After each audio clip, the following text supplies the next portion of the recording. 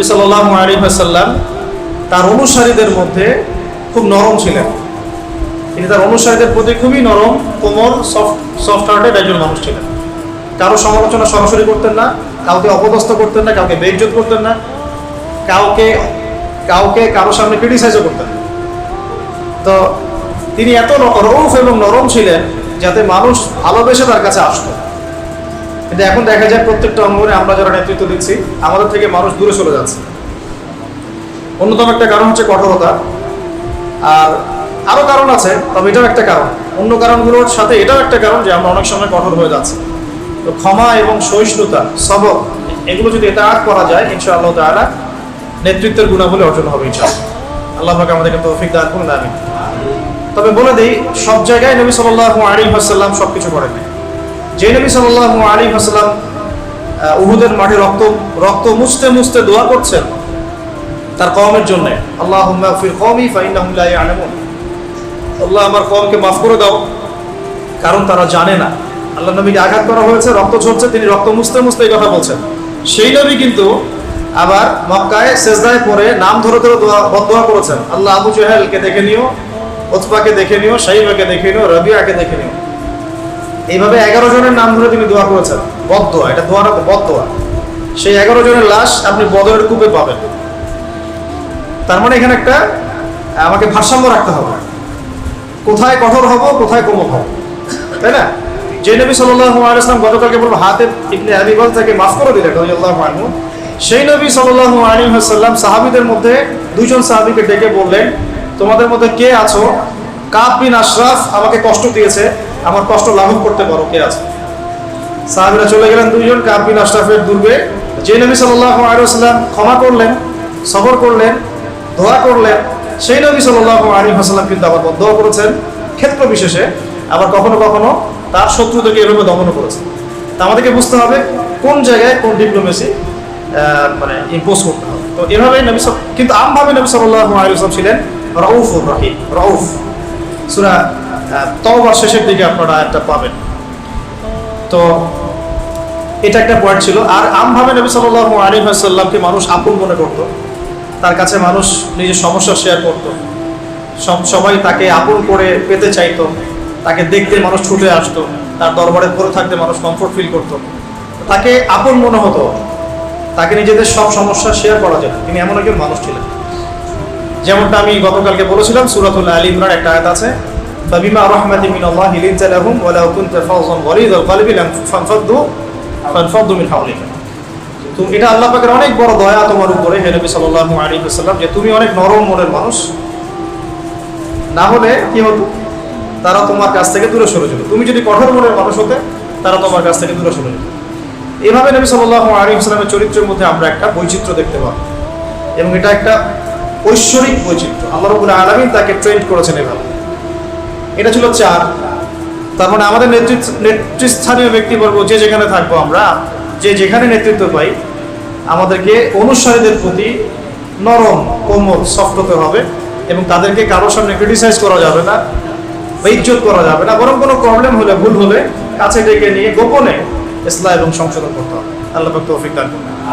5 নম্বরটা বলেছিলাম যে তিনি অনুসারীদের ঐক্যটাকে সর্বোচ্চ গুরুত্ব দিতেন, কোনোভাবেই যেন ঐক্য বিনষ্ট না হয় তিনি সর্বোচ্চ সতর্ক থাকতেন, খেয়াল রাখতেন। এই কারণেই আওস এবং খাজরাজ আলাদা আলাদা গোত্র হওয়ার পরেও তারা বিভক্ত হয় নাই। এই কারণেই মুহাজির এবং আনসার আলাদা মানে বৈশিষ্ট্যের হওয়া সত্ত্বেও তারা কিন্তু কখনো বিভক্ত হন নাই। একবার একটা ঝগড়া হয়েছিল বলেছি গতকালকে, তো নবী সাল্লাল্লাহু আলাইহি ওয়াসাল্লাম স্বয়ং সেখানে গিয়ে বলেছিলেন, আমি বেঁচে আছি তারপরে আমার সামনে তোমরা কিভাবে ঝগড়া করছো। তো তিনি অনুসারীদের ঐক্যের দিকে সর্বোচ্চ গুরুত্ব প্রদান করতেন। আমরাও চেষ্টা করবো ইনশাআল্লাহ, আমরা যে যেখানেই নেতৃত্ব দেই না কেন, ছোট পরিসরে হোক আর বড় পরিসরে হোক, আমাদের অনুসারীদের মধ্যে যেন একটা ঐক্য থাকে। যে ঐক্যহীনতার কারণেই আজকে মুসলিম উম্মার আজকে এই অবস্থা আছে। 1914 সাল থেকে যদি হিসেব করেন, তো 14 সাল থেকে হিসেব করলে দেখা যায় যে এর আগ পর্যন্ত আমরা অ্যাটলিস্ট একটা শেল্টারের মধ্যে ছিলাম, একটা ভৌগোলিক শেল্টারের মধ্যে ছিলাম, একটা শেল ছিল খেলাফত। ফার্স্ট ওয়ার্ল্ড ওয়ার হওয়ার পর থেকে এটা ভেঙে গেল, এবং আস্তে একটা দুইটা হতে হতে প্রায় 52 কি 53টা আলাদা আলাদা মুসলিম রাষ্ট্র হয়ে গেল। এটা রাষ্ট্রীয় বিভক্তি হলো। তারপরে হলো রাষ্ট্রের মধ্যে আবার ঢুকে গেল ডেমোক্রেসি, সেকুলারিজম, কমিউনিজম, জাতীয়তাবাদ ইত্যাদি। তখন আবার আমরা পলিটিক্যালি বিভিন্ন দলে ভাগ হয়ে গেল। সবাই কিন্তু মুসলিম, সবাই কিন্তু মুসলিম, পলিটিক্যালি যারা আছে সবাই কিন্তু মুসলিম। তারপরে দেখেন এখানে অনেক ভাগ হয়ে গেল, করলো পশ্চিমারা, কারণ এই সবগুলো দর্শন ওদের থেকে আসছে। আবার ধর্মতাত্ত্বিক ক্ষেত্রে আমরা একটা মাযহাবের মধ্যে অনেকগুলো ভাগ হয়ে গেলাম। আবার যারা এখান থেকে বের হয়ে নতুন কিছু করার চেষ্টা করলেন না, আমরা চূড়ান্ত সহি, এটাই চূড়ান্ত যাদের বক্তব্য হয় আর কি। তবে এটা বলে রাখি যে এটাই চূড়ান্ত, কথাটা বলা ঠিক না। আমাদের ওস্তাদরা বলেন যে আমরা সর্বোচ্চ বলতে পারি এটাও ঠিক, আমরা বলবো না কখনো এটাই ঠিক। কথা কি বুঝতে পারছেন? কোনো মাসালা সামনে আসলে আমরা অনেক শুনি অনলাইনে যে এটাই ঠিক, এটাই চূড়ান্ত। এভাবে কথা বলা অহংকারের বহিঃপ্রকাশ। বলতে হবে সর্বোচ্চ এটাও ঠিক, ওই ভাই যেটা করছে ওটাও ঠিক, আমি যেটা করছি এটাও ঠিক। বলতে পারবেন না আপনি যে এটাই ঠিক, তাহলে বিভক্ত হয়ে যাবে। এটাই ঠিক তাহলে ওটাকে ভুল, এই যে বিভক্ত হয়ে গেল। ধর্মতাত্ত্বিক ক্ষেত্রে আমরা যারা আবার চূড়ান্ত সহি দাবি করলাম, সেখানে আবার আমরা 10টা দল বাড়িয়ে ফেললাম। এই চলছে, সবার আলাদা আলাদা আমির, আলাদা মামুর, আলাদা ইমারা, আলাদা জামা, আলাদা বায়া ভাষা। এগুলো বোঝেন কিনা? আমির মানে নেতা, মামুর মানে অনুসারী, জামা মানে ইউনিটি, ইমারা মানে তাদের একটা ইমারা, আরেকটা হচ্ছে কি বায়া, বায়াত নিচ্ছে। দেখা যাচ্ছে সবাই আলাদা আলাদা করে আমরা বায়াত নিচ্ছি, আলাদা আমির, আলাদা ইমারা। এটা যদি দূর না করতে পারি তাহলে আমাদের সামনে ভবিষ্যৎ খারাপ আছে। ভবিষ্যৎ খারাপ, কত খারাপ হতে পারে এটা আমাদের কল্পনাতেও নাই। আর যদি আমরা হকপন্থী যারা, আমরা হকপন্থী তো বুঝতে পারি, হক এবং বাতিলপন্থী তো বুঝতে পারি, তারা যদি অ্যাটলিস্ট ঐক্যবদ্ধ হওয়ার চেষ্টা করি, ইনশাআল্লাহ তাআলা আগামীতে মুসলিমদের অবস্থা অবশ্যই উন্নত হবে ইনশাআল্লাহ। আর যদি আমরা এখন সেই রকম প্ল্যাটফর্ম নাও পাই, অ্যাটলিস্ট ইয়াং জেনারেশনের উচিত বিভক্তি আরও বাড়িয়ে না দেওয়া, বরং নিজেদের জায়গা থেকে চেষ্টা করা, সর্বোচ্চ চেষ্টা করা, যাতে করে আমরা একটা ঐক্যবদ্ধ প্ল্যাটফর্ম ক্রিয়েট করতে পারি। আল্লাহ তৌফিক দান করুন। আমরা দোয়া করি আল্লাহ পাক আমাদের উপরে এমন নেতৃত্ব নিয়ে আসুন যারা এই বিষয়গুলোকে গুরুত্ব দিয়ে উম্মাহর ইসলাহ এবং সংশোধনের কাজ করবেন ইনশাআল্লাহ। আর আল্লাহ পাক কাকে কবুল করবেন আল্লাহ ভালো জানেন। আর নেতৃত্বটা এমন একটা বিষয় যেটা সবসময় ক্ষণস্থায়ী হয়, এটা সবসময় ক্ষণস্থায়ী, এটা কখনো দীর্ঘস্থায়ী হয় না। আল্লাহ পাক এর মধ্য দিয়ে মানুষকে পরীক্ষা করেন, সবচেয়ে বড় পরীক্ষা করেন নেতৃত্ব দিয়ে। অতএব যারা এই সেক্টরগুলোতে আছেন, আমরা দোয়া করি আল্লাহ পাক তাদেরকে হেদায়েত দান করুন এবং নবী সাল্লাল্লাহু আলাইহি ওয়াসাল্লামের সিরাত থেকে শিক্ষাগুলো নিয়ে আদর্শ নেতা এবং নেতৃত্বের গুণাবলী অর্জনের তৌফিক দান করুন। 5টা বলেছিলাম গতকালকে, আমি বলেছিলাম যে এটা নিয়ে অনেক কথা বলা যায়, অনেক পয়েন্টস বের করা যায়। তা আজকে আর 5টা বলার চেষ্টা করি ইনশাআল্লাহ, ঠিক আছে? এটা তো গতকালকে যারা শুনেছেন রিভিউ করে দিলাম। 6 নম্বরটা দেখুন, আমি এই জায়গাতে আসছি যে অনুসারীদের মধ্যে তিনি ঐক্য পছন্দ করতেন। অনুসারীদেরকে তিনি কন্টিনিউয়াসলি তালিম এবং তারবিয়াতের মধ্যে রাখতেন। 6 নম্বর, নবী সাল্লাল্লাহু আলাইহি ওয়াসাল্লাম তার ফলোয়ার্সদের মধ্যে, সাহাবীদের মধ্যে সবসময় নিরবিচ্ছিন্নভাবে ছেড়ে দিতেন না, নিরবিচ্ছিন্নভাবে তিনি সাহাবীদেরকে একটা তালিম তারবিয়াতের মধ্যে রাখতেন। কোথায় দলিল দেখুন, মক্কায় প্রচন্ড নির্যাতন চলছে, ঠিক আছে? মক্কায় কত বছর ছিলেন নবী সাল্লাল্লাহু আলাইহি ওয়াসাল্লাম বলেন? 13 বছর। কত বছর? 13 বছর। মদিনায় 10 বছর, ইন টোটাল 23 বছর। তো মক্কার 13 বছর ছিল প্রচন্ড রকম নির্যাতনের সময়, এই তো? এমন কোনো নির্যাতন নাই যেটা করা হয় নাই। কিন্তু এরকম সংকটময় অবস্থাতেও নবী সাল্লাল্লাহু আলাইহি ওয়াসাল্লাম সাহাবীদের তালিম তারবিয়াতটা বন্ধ করে দেন নাই। তিনি প্রতিদিন সাহাবীদেরকে নিয়ে বসতেন দারুল আরকামে। আমাদের মতো বছরে একটা মাহফিল না, মাসে একটা হালাকা না, প্রতিদিন কন্টিনিউয়াসলি। কোনো দিন তো 2-3 বেলাও বসা হয়, যখনই ওহী আসছে তখনই বসা হয়। আর সাহাবীরা ওখানেই পড়ে থাকতেন, দারুল আরকাম। আরকাম রাদিয়াল্লাহু আনহুর বাসা, হয়তো যারা হজ করে আসছেন তারা আবার দেখেছেন, দারুল আরকাম দেখেছেন।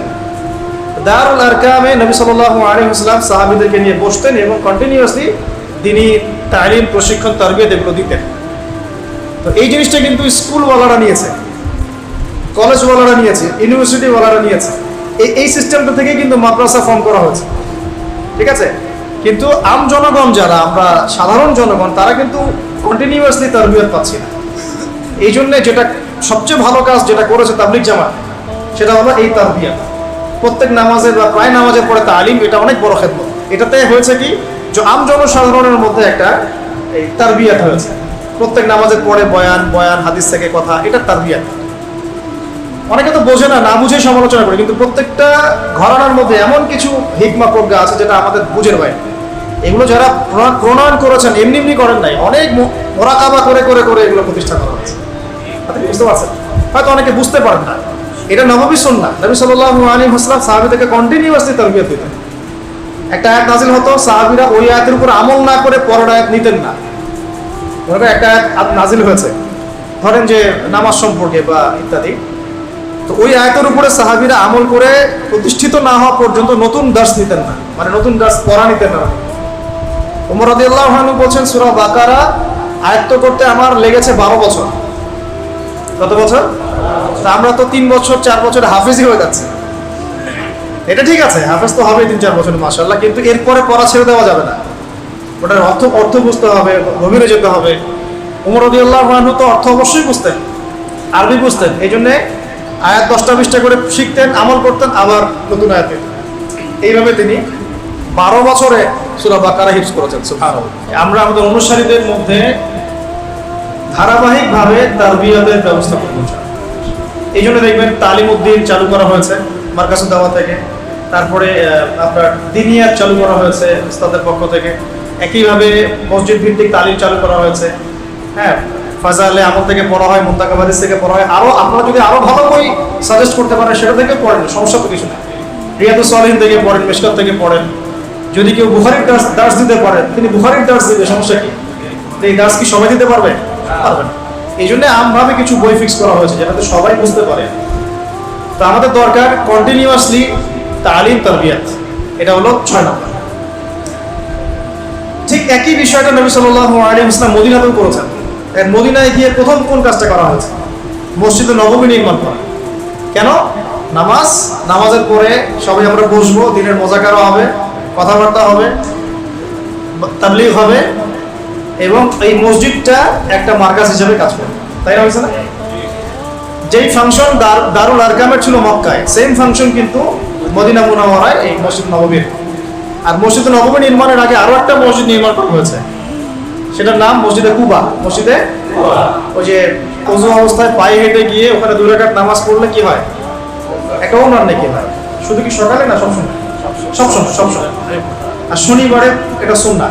শনিবারে নবী সাল্লাল্লাহু আলাইহি ওয়াসাল্লাম ফজরের নামাজের পরে তিনি তো জিকির আজকার করতেন, তাসবিহ তাহলিল করতেন, ইশরাক করে হেঁটে হেঁটে চলে যেতেন কুবায়, সেখানে গিয়ে 2 রাকাত নামাজ পড়তেন।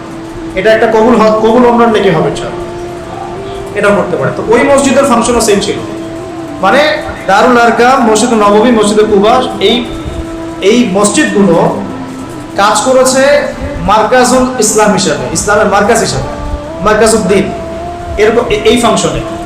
হ্যাঁ, তো আমরা যারা ধর্মতাত্ত্বিক হোক বা অন্য যে কোনো জায়গায় নেতৃত্ব পাবো বা পেয়েছি, অনুসারীদের মধ্যে এই চর্চাটা ধারাবাহিকভাবে অব্যাহত রাখা উচিত। আল্লাহ পাক তৌফিক দান। এটা কিন্তু করা হয়, এই জিনিসটা মুসলিমদের করা উচিত। যদি আমরা প্রতিকূল পরিবেশেও থাকি, অ্যাটলিস্ট বাসায় এটা করা উচিত। বাসায় তালিম করবে কন্টিনিউয়াস। আল্লাহ পাক তৌফিক দান। আর এটা ছোট বাচ্চাদেরকেও এর মধ্যে ইনভলভ করতে হবে। আর এই বাচ্চারা আগামী দিনে আল্লাহর রাস্তার দাওয়াতের কাজও করবে, ইনশাআল্লাহ জিহাদের কাজও করবে।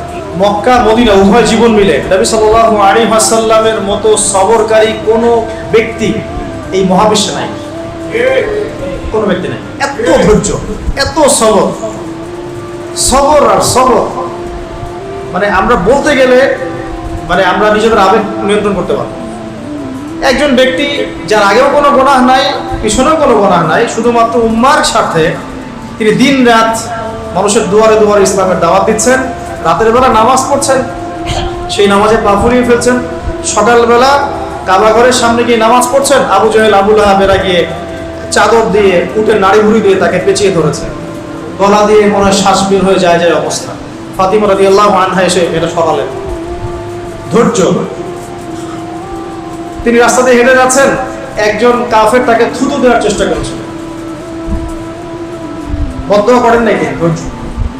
তায়েফে গিয়েছেন, তায়েফে 3 জন ভাই ছিল, আব্দুল ইয়ালাইল একজনের নাম, আব্দুল মাসউদ, আরেক নাম হচ্ছে হাবিব বিন আমর। 3 জন, এই 3টা বড় বড় গোত্রের লিডার, মানে আমাদের ধরেন বড় বড় 3টা দলের মানে যারা চেয়ারম্যান, এরকম।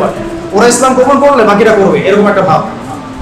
তো তায়েফের এই 3 গোত্রের এই সর্দাররা তো ইসলাম কবুল করলোই না, ছোট ছোট ছেলেদেরকে লেলিয়ে দিল, ওই যে পাগল লোকটাকে ঢিল মেরে আসো যাও। শুধু একটা দুটো ঢিল না, বৃষ্টির মতো পাথর পড়তে লাগলো, বৃষ্টির মতো। সাথে ছিলেন যায়েদ বিন হারেসা রাদিয়াল্লাহু আনহু, নবী সাল্লাল্লাহু আলাইহি ওয়াসাল্লাম পালক পুত্র বলা হতো যায়েদ বিন হারেসা রাদিয়াল্লাহু আনহু। বলে রাখি, এটা কুইজ রাখতে পারেন, কোরআনে একমাত্র সাহাবী যার নাম এসেছে তার নাম যায়েদ বিন হারেসা। সুবহানাল্লাহ। কোরআনে মাত্র একজন সাহাবীর নাম আছে, 25 জন নবীর নাম আছে, একজন সাহাবীর নাম আছে, তার নাম যায়েদ বিন হারেসা। কোন সূরায় আছে এটা বলে দিব না, খুঁজে বের করুন।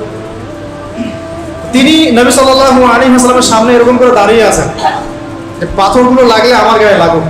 তারপরেও নবী সাল্লাল্লাহু আলাইহি ওয়াসাল্লামের মাথা মোবারক, তারপরে যে থুতনি, হাঁটু, এগুলোতে পাথর লেগেছে, এবং জুতা, যে জুতাটা তিনি পরেছিলেন এটা রক্ত দিয়ে জমে গেছে, রক্ত দিয়ে পায়ে জমে গেছে।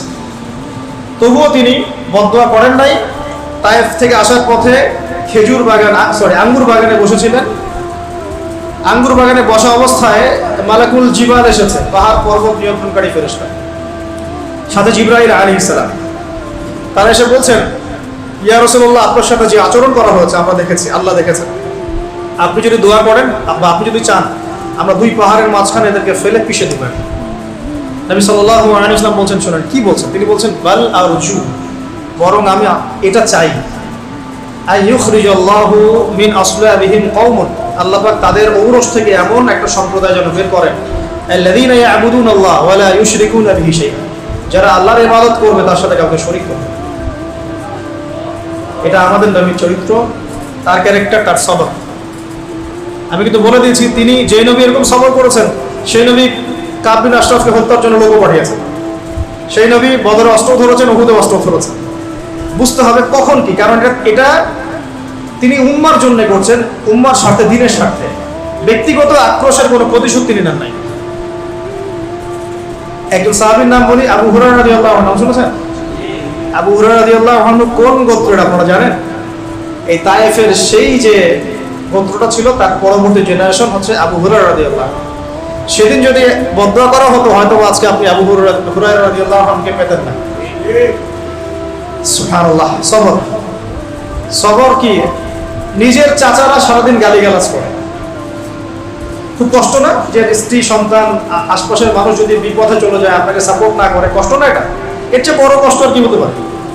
চাচারা সারাদিন গালিগালাজ করে, মানুষ তাকে সারাদিন গালি দেয়, কেউ বলে মজনুন, পাগল, এই যে পাগল যাচ্ছে, আপনি মনে করেন রাস্তায় যাচ্ছেন, কেউ 4-5 থেকে লোকজন বলছে এই যে পাগল যায়, কেমন লাগবে আপনার সাথে? যাচ্ছেন আপনি, কেউ বলছে এই যে মজনুন, এই যে সাহের, জাদুকর যাচ্ছে, এই যে কাযযাব, মহামিথ্যাবাদী যাচ্ছে, এই ফারিকুল জামাত বিভক্তকারী যাচ্ছে, এরকম প্রায় 15-16টা গালি তাকে খেতে হচ্ছে। সবর করেছেন, ধৈর্য ধরেছেন, সবর। সাহাবীদেরকে অত্যাচার করা হচ্ছে তার সামনেই। অনেক সময় নিজে সবর করা যায় কিন্তু অন্যের কষ্ট দেখা যায় না। সাহাবীদেরকে তার সামনে মারা হচ্ছে, কাউকে ঝুলিয়ে, কাউকে ওই বালুর মধ্যে শুইয়ে, কাউকে পাথর চাপা দিয়ে, কত কি। সুমাইয়া রাদিয়াল্লাহু আনহাকে বর্ষা নিক্ষেপ করে হত্যা করা হলো, বেলাল ইবনে রাবাহকে মরুভূমিতে শুইয়ে নির্যাতন করা হচ্ছে, সুহাইব রুমিকে এমন আঘাত করা হচ্ছে চোখ নষ্ট হয়ে গেছে একটা। তারপরে উসমান বিন আফফানকে নিচে চাটাই দিয়ে ধোঁয়া দেওয়া হয়েছে, আবু বকর রাদিয়াল্লাহু আনহুকে পর্যন্ত জুতা দিয়ে আঘাত করা হয়েছে। কয়জন সাহাবী বাঁচছিলেন? কিছু কিছু সাহাবীকে আঘাত করার সাহস হতো না, তাদেরকে আঘাত করতো না তারা, যেমন হামজা রাদিয়াল্লাহু আনহু, ওমর ইবনে খাত্তাব রাদিয়াল্লাহু আনহু। আঘাত করলে তো খবর আছে, 10 জন মিলাতে পারবে না তার সাথে। বাকি দুর্বলদের উপর অমানবিক নির্যাতন চলতো। নবী সাল্লাল্লাহু আলাইহি ওয়াসাল্লাম বলতেন, ইসবিরু, তোমরা সবর করো, ফাইন্না মাউইদাকুমুল জান্নাহ, তোমাদের জন্য অপেক্ষা করছে জান্নাত। নেতৃত্বের গুণাবলী, ধৈর্য, প্রচন্ড ধৈর্য, এবং অনুসারীদেরকেও ধৈর্যশীল হতে হবে। আল্লাহ পাক তৌফিক দান করুন। আমরা কিন্তু অনুসারী হিসেবে ধৈর্যশীল না, জানেন? খুব অস্থির, মানে 1 মাসে কেন হচ্ছে না, 3 মাসে কেন হচ্ছে না, এত হচ্ছে, এত আন্দোলন হলো, এত কিছু হলো, কেন পরিবর্তন আসছে না? আমরা খুব অস্থির। আমাদের নবীজির 23 বছর লেগেছে, 23 বছর। নূহ আলাইহিস সালাম দাওয়াত দিয়েছেন 950 বছর, 950 বছর। আগেকার বনু ইসরাইলদের যে কওম, তারা এক একজন হায়াত পেয়েছে 500 বছর, 1000 বছর, 2000 বছর, 1500 বছর। আমরা অনেক অস্থির, আমাদের সবর কম। আল্লাহ পাক আমাদেরকে সবর দান করুন। সবরের অনেক দৃষ্টান্ত আছে। তায়েফের, উহুদের তো জিতে যাচ্ছিলাম, নবী সাল্লাল্লাহু আলাইহি ওয়াসাল্লাম বলেছিলেন জাবালে রুমা থেকে তোমরা নামবে না নিচের দিকে, মনে আছে? কিন্তু 50 জন সাহাবী আল গনিমা বলে নেমে গিয়েছেন। এটা একটা ভুল ছিল, নেতার আদেশ অমান্য করা হয়েছে এখানে। বাস খালিদ বিন ওয়ালিদ রাদিয়াল্লাহু আনহু পিছন দিক থেকে এসে একদম ঘোড়সাওয়ার নিয়ে এসে দুই দিকের চাপে পিষ্ট হয়ে, হয়তো বা কতক্ষণ হবে, 1 ঘন্টা 2 ঘন্টা, এর মধ্যেই 70 জন সাহাবী শহীদ হয়ে গেল। আল্লাহ নবীর সামনে সাহাবীর একের পর এক শহীদ হচ্ছে, একের পর এক। আমি নিজেও কিন্তু খুব দুর্বল মনের মানুষ। কেন বলছি? আমরা হয়তো গরু ছাগলগুলো জবাই করতে পারি, সমস্যা হয়, কিন্তু কোনো মানুষের রক্ত দেখলে কিন্তু খারাপ লাগে। অনেকে নিতে পারে না, আমি নিতে পারি না। মানুষের রক্ত, মানে রক্তাক্ত অবস্থা, এটা দেখতে কিন্তু একটা শক্ত কলিজার দরকার আছে। অনেকে নিতে পারে না, আপনি কিন্তু নিতে পারেন। তো একটু চিন্তা করেন, নবী সাল্লাল্লাহু আলাইহি ওয়াসাল্লামের পাশে তার প্রিয় মানুষরা এভাবে একজন একজন করে শহীদ হচ্ছে। শেষের দিকে তার কাছে 9 জন মানুষ ছিল, 9 জন সাহাবী, একজন একজন করে শহীদ হতে লাগলেন, একজন একজন করে। ওই সময় সাদ বিন আবি ওয়াক্কাস রাদিয়াল্লাহু আনহু টিকে ছিলেন, আর তালহা বিন উবাইদুল্লাহ, এই দুজন, বাকি সব শেষ, সব শহীদ। আর তালহা রাদিয়াল্লাহু আনহুর গায়ে তখন 40 থেকে 50টা তরবারির আঘাত আছে। এটা সহ্য করার জন্য কত সবরের দরকার, কত মেন্টাল স্ট্রেংথের দরকার, একটু ভাবতে হবে এগুলো আমাদের। কারণ আমরা কিন্তু সিরাত পড়ি, কিন্তু অনুধাবন করতে পারি না। আমি ওই যে খুব অনুধাবন করে বোঝাতে পারছি, আমি দাবি করছি না, কিন্তু চেষ্টা করছি ব্যাপারটা। সাদ বিন আবি ওয়াক্কাস রাদিয়াল্লাহু আনহু ছুটতে থাকলেন, এবং তিনি খুব মারাত্মক তীরন্দাজ ছিলেন। হাদিসে আসছে যে তীরের মধ্যে বরকত আছে, ঘোড়ার মধ্যে বরকত আছে, এগুলো উঠে গেছে এখন। তো এই একমাত্র সাহাবী সাদ বিন আবি ওয়াক্কাস রাদিয়াল্লাহু আনহু, যার ব্যাপারে আমাদের নবীজি এই কথা বলেছেন, হে সাদ, তোমার উপর আমার পিতামাতা কুরবান হোক। সাদ বিন আবি ওয়াক্কাস রাদিয়াল্লাহু আনহু বিরক্ত দেখে নবী সাল্লাল্লাহু আলাইহি ওয়াসাল্লাম বলেছেন, হে সাদ, তোমার জন্য আমার পিতামাতা কুরবান হোক। কিন্তু সবসময় আমরা দেখি, সবসময় দেখি সাহাবীরা বলেন, ইয়া রাসূলুল্লাহ, আপনার জন্য আমার পিতামাতা কুরবান। তালহা রাদিয়াল্লাহু আনহু ওই অবস্থাতে আল্লাহর নবীকে ঘাড়ে নিয়ে উহুদ পাহাড়ের উপরে উঠেছেন, একটা সেফ জোনে নিয়ে গেছেন। সাহাবীরা আস্তে আস্তে উপরে উঠেছেন। সবর দেখেন, ধৈর্য, কত ধৈর্য ধরতে পারে একটা মানুষ। তাকে শুধু 14-15টা গালি দেওয়া হয়েছে তাই নয়, তাকে প্রায় 15 বার হত্যাও করার চেষ্টা করা হয়েছে।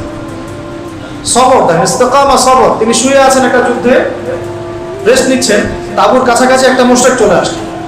তখন তরবারিটা ঝুলানো ছিল গাছের উপর। ওই তরবারিটা নিয়েই সেই মুশরিক এটা খুলে আল্লাহ নবী সাল্লাল্লাহু আলাইহি ওয়াসাল্লাম তাক করে ধরে ফেলছে। ওই সময় তিনি ঘুম থেকে উঠে গেছেন। তখন নবী সাল্লাল্লাহু আলাইহি ওয়াসাল্লাম বলেছে, এবার আপনাকে কে বাঁচাবে? ঘুম থেকে চোখ খুলে উঠেই বলছেন, আল্লাহ বাঁচাও, আল্লাহ বাঁচাও। বলার সাথে সাথেই হাত থেকে তরবারি পড়ে গেছে এই বেচারা। আল্লাহ নবী এবার তরবারি উঠায় ওকে ধরে বলছেন, তোমাকে এবার কে বাঁচাবে? সবর, ইস্তেকামা। সিরাত পড়তে থাকেন, আমি বলে শেষ করতে পারবো, 24টা ক্লাস লাগবে। অনেক ঘটনা, সবর অনেক ঘটনা। এই যে বখিরা খনন, আপনার এই খন্দকের যুদ্ধের আগে 4টাখানি কথা, প্রত্যেকের হাতে 10 হাত করে পড়েছে, বখিরা খনন করতে হবে। নবী সাল্লাল্লাহু আলাইহি ওয়াসাল্লাম পেটে খাবার নাই, পাথর বেঁধেছেন। এটা তো গেল আপনার খন্দকের কথা। এর আগেও মক্কাতে 3টা বছর নবী সাল্লাল্লাহু আলাইহি ওয়াসাল্লাম সাহাবীদের সবাইকে শিয়ারে আবু তালেব নামক জায়গায় বয়কটের জীবনযাপন করতে হয়েছে। Boycott, sanction, boycott. মক্কার কেউ কথা বলবে না, কেউ লেনদেন করবে না, কেউ বেচাকেনা করবে না, কেউ খাবার দিবে না, কেউ বিয়ে শাদী করবে না, কিছুই করবে না।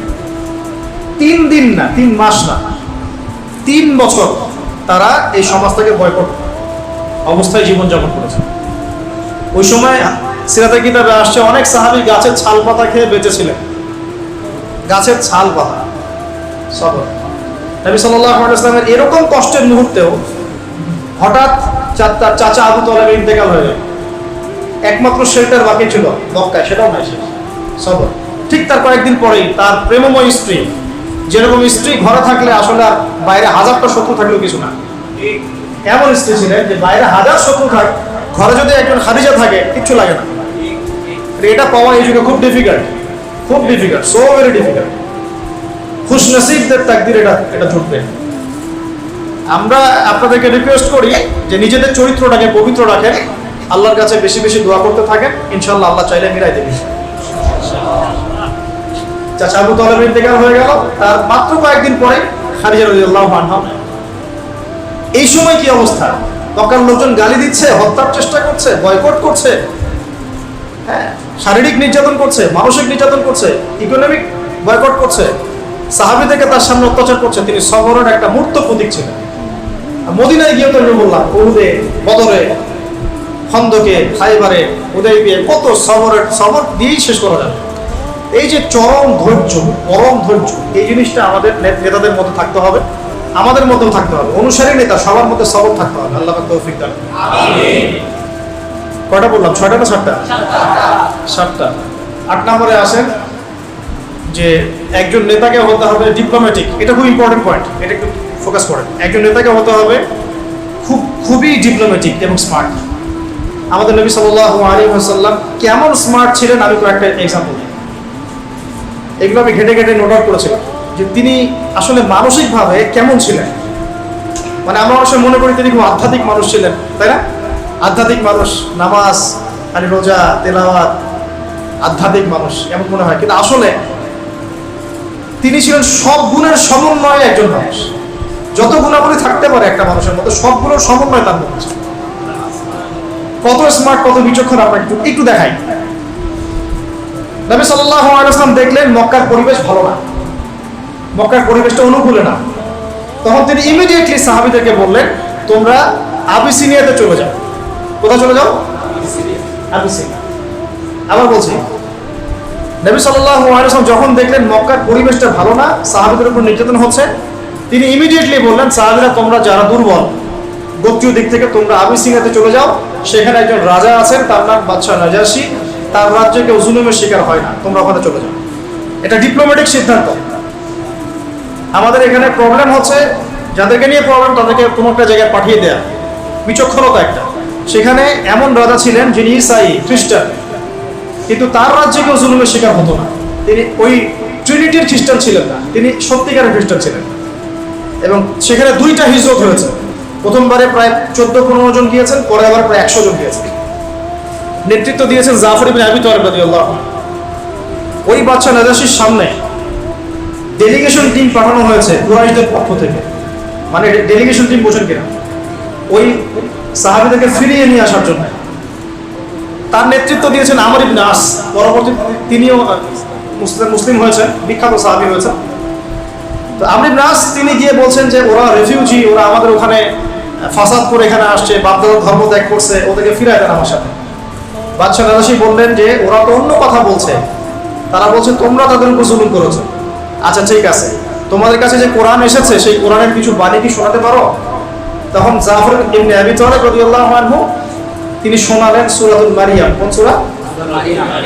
এই সূরার তেলাওয়াত শুনেই বাদশা নাজাশীর চোখ দিয়ে দরদর করে পানি পড়তে থাকে এবং তিনি ইসলাম কবুল করেন এবং সাহাবীদেরকে সেখানে থাকতে দেন। এবং ওই জায়গাটা ইসলামের জন্য একটা উর্বর জমি হয়ে যায়। কত ডিপ্লোম্যাটিক সিদ্ধান্ত ছিল দেখুন। আর আমরা মনে করি যে বাংলাদেশেই ইসলাম কায়েম করতে হবে, আর কোনো জায়গায় নেই পৃথিবীতে। আমাদের চিন্তাটা কিন্তু এরকম, দেশে কবে দিন কায়েম হবে, হুকুমত কবে, খেলাফত কবে হবে। বাংলাদেশে খেলাফত হতেই হবে, আল্লাহর কোনো পরোয়া নাই। এই খেলাফত ভারতে হতে পারে, এই খেলাফত পাকিস্তানে হতে পারে, এই খেলাফত শ্রীলঙ্কায় হতে পারে, অস্ট্রেলিয়া হতে পারে। কত ডিপ্লোম্যাটিক দেখেন। তিনি বের হচ্ছেন হিজরত করতে। আর হিজরত করার আগে তো প্রায় 100 জন ঘিরে ফেলছে বাড়ি, সবাই একটা করে কোপ দিবে চিন্তা করছে, তাই না? মনে আছে আবু জেহেল এর মাস্টার মাইন্ড। তো নবী সাল্লাল্লাহু আলাইহি ওয়াসাল্লাম বের হওয়ার সময় হাতে একটু বালু নিলেন, বালু নিয়ে ছুঁড়ে দিলেন, দিয়ে সূরা ইয়াসিনের একটা আয়াত পড়লেন। আয়াতটা কি জানি? ওয়াজআলনা মিন বাইনি আইদিহিম সাদ্দান ওয়া মিন খালফিহিম সাদ্দান ফাগশাইনাহুম ফাহুম লা ইউবসিরুন।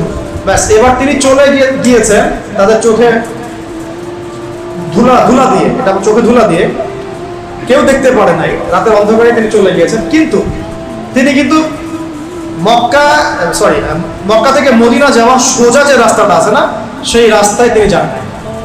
আমি বোঝাচ্ছি নবী সাল্লাল্লাহু আলাইহি ওয়াসাল্লাম কত স্মার্ট ছিলেন, কত ডিপ্লোম্যাটিক ছিলেন। এটা স্ট্র্যাটেজিক সুন্নাত। তিনি সরাসরি মক্কা থেকে মদিনার রাস্তায় যান নাই, বরং উল্টা দিকের রাস্তায় গিয়েছেন, যাতে তিনি খুব ভালো করে জানেন সকালবেলা সবাই খুঁজতে শুরু করবে, খুঁজতে শুরু করলে এই রাস্তার দিকে বেশি লোকজন আসবে। তার চিন্তাও করতে পারবে না যে আমি এই রাস্তায় যাই নাই, বরং উল্টা রাস্তায় গিয়েছি। উল্টা রাস্তায় গিয়ে গারে শহরে, যে গারে শহর, সেখানে তিনি 3 রাত ছিলেন। আর সব ঠান্ডা হয়ে যাক তারপর আমরা। এটা কি স্মার্টনেস না? না না। আরো দেখাচ্ছি, নবী সাল্লাল্লাহু আলাইহি ওয়াসাল্লাম এই যে হুদাইবিয়া সন্ধি হচ্ছে, সন্ধির সব ধারা আমাদের বিপরীতে, তাই না? 10 বছর যুদ্ধ করবো না, ওকে ফাইন। তোমাদেরকে আমাদের দলে আসলে ফিরাই দেওয়া লাগবে, আমাদেরকেও তোমাদের দলে গেলে ফিরাই দিব না। নবীজি বলে ঠিক আছে ডান। তারপরে এই বছর উমরা করতে পারবেন না, তো ঠিক আছে ডান। পরের বছর আসতে হবে উমরায়, তাও 3 দিনের জন্য বিনা অস্ত্রে, ওকে ঠিক আছে ডান।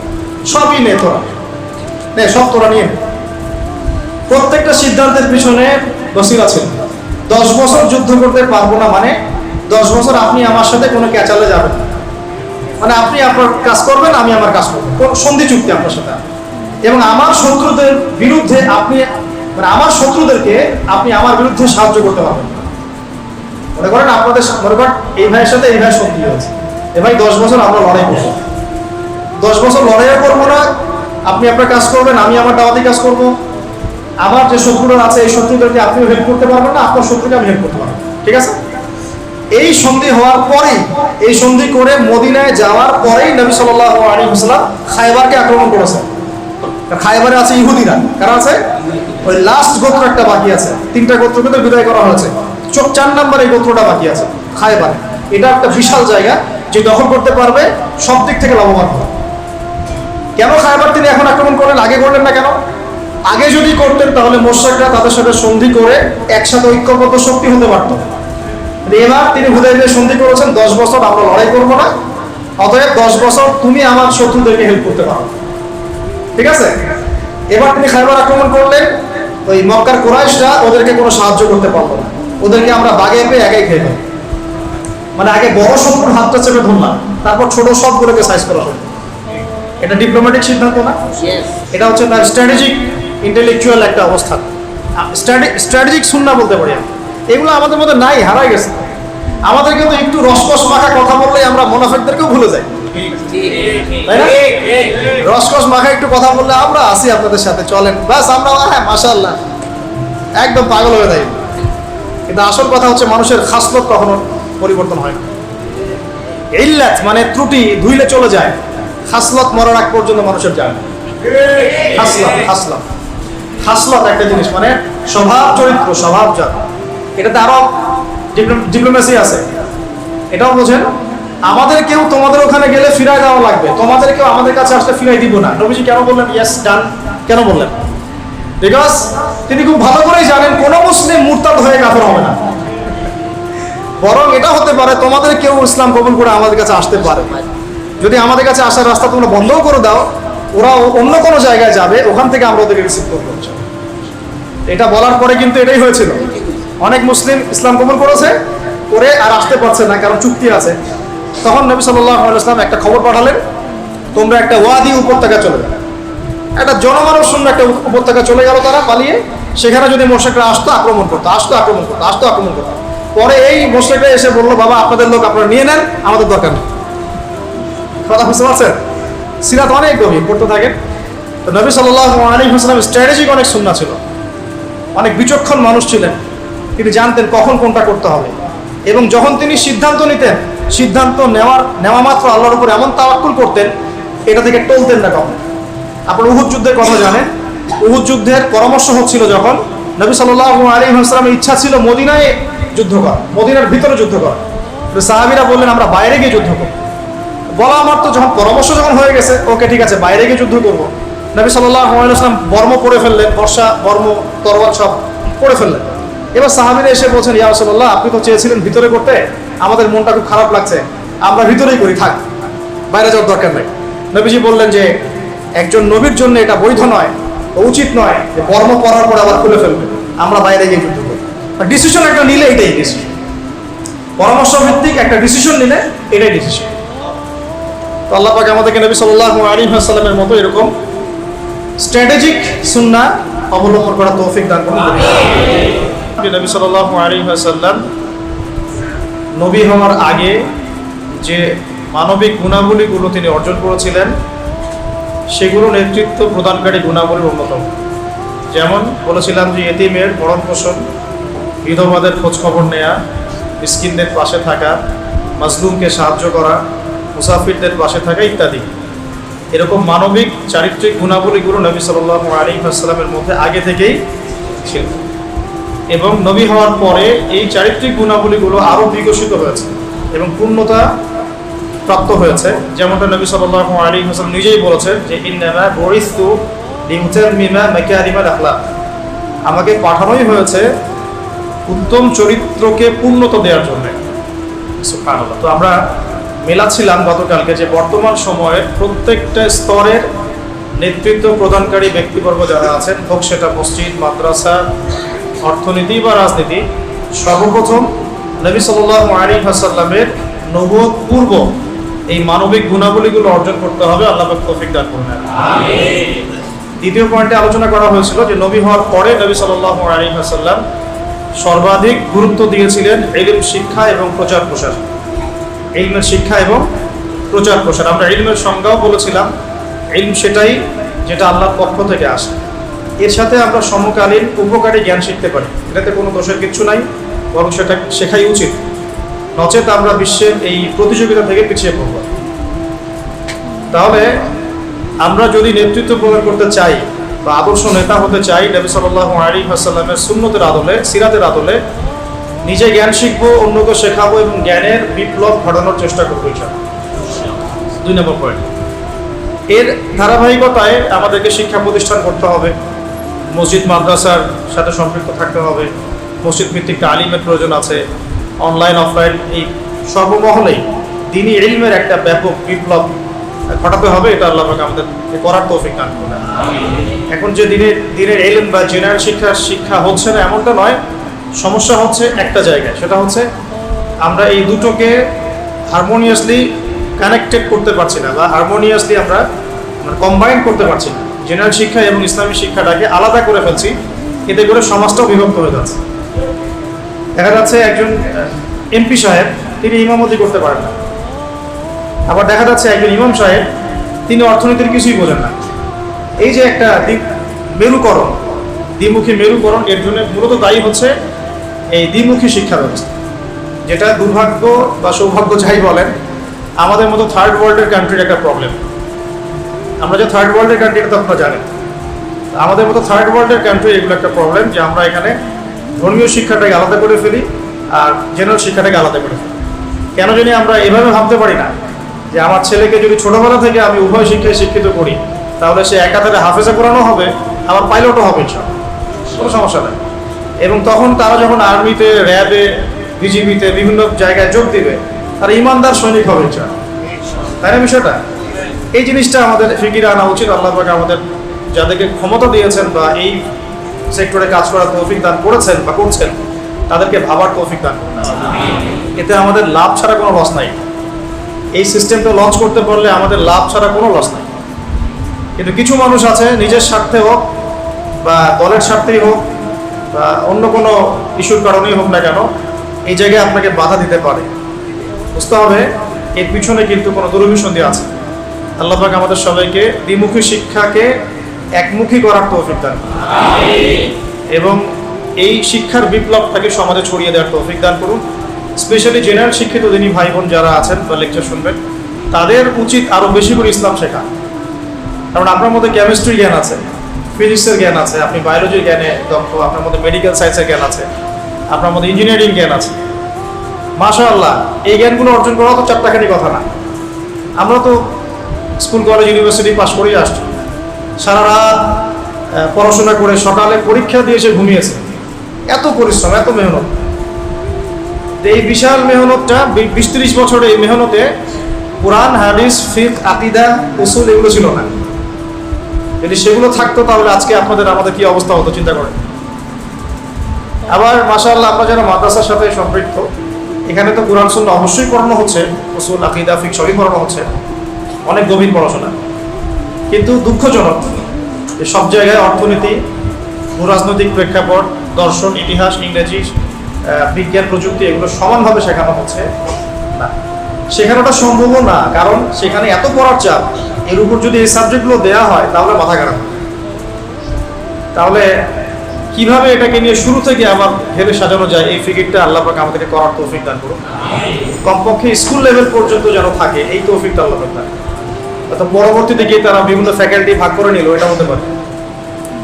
এখন আসি এটা নবী সাল্লাল্লাহু আলাইহি ওয়াসাল্লামের নববী একটা সুন্নাহ ছিল যে তিনি নিজে জ্ঞান চর্চা করেছেন, সাহাবীদের মধ্যে সেই জ্ঞানের বিপ্লব ঘটিয়েছেন।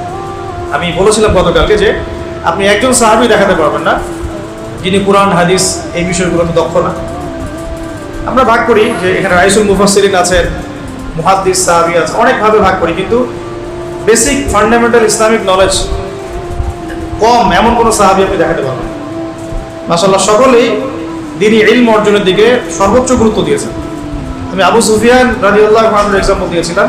শেষ বয়সে বসে তিনি কান্নাকাটি করতেন আর বলতেন, হ্যাঁ কালামু রব্বি, এটা আমার রবের কালাম। যাই হোক, এটা হলো নেতৃত্বের একটা অন্যতম গুণাবলী। আল্লাহ পাক যাকে নেতৃত্ব দিবেন বা ভবিষ্যতে মুসলিম উম্মার কর্ণধার বানাবেন, তাদের উচিত হবে জ্ঞানের প্রসার ঘটানো, জ্ঞানের একদম বিপ্লব ঘটানো।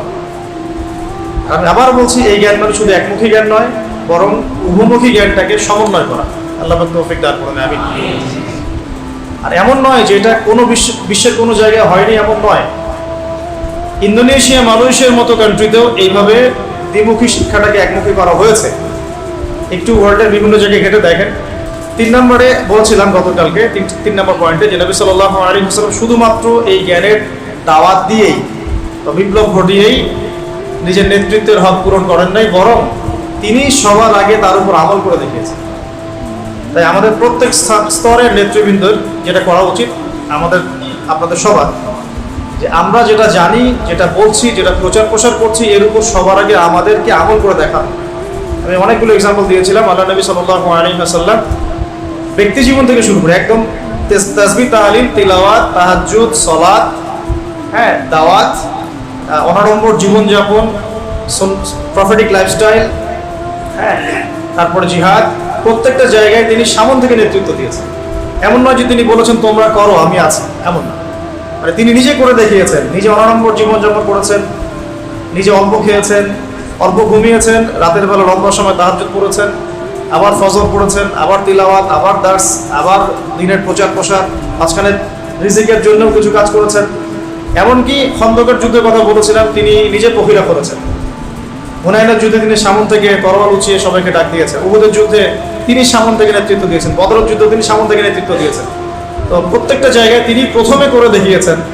তার মানে নেতৃত্বের গুণাবলী অর্জন করতে হলে সিরাত থেকে আমরা শুধু জানি, প্রচার করবো এমনটা নয়, বরং নিজে আগে আমল করে দেখাবো, দৃষ্টান্ত স্থাপন করবো। আল্লাহ পাক তৌফিক দান করুন। এটাই আমাদের বর্তমান পুরো বিশ্বের যারা মুসলিম জাহানের নেতৃত্ব দিচ্ছেন তাদের মৌলিক সমস্যা। অনেক কিছু বলছেন কিন্তু করে দেখাচ্ছেন না, নিজেকে করে দেখাতে হবে। আল্লাহ পাক তৌফিক দান করুন। এই সমস্যাটা থেকেই গেছে, আমার মধ্যেও আছে, ভালো করে খেয়াল করে দেখেন, আপনাদের মধ্যেও আছে। আমরা অনেক জানি, অনেক বলি, অনেক কিছু প্রচার করি, বাট আমরা আমল করতে পারছি না। আল্লাহ পাক আমাদেরকে তৌফিক এনায়েত করুন আমল করার, আমিন।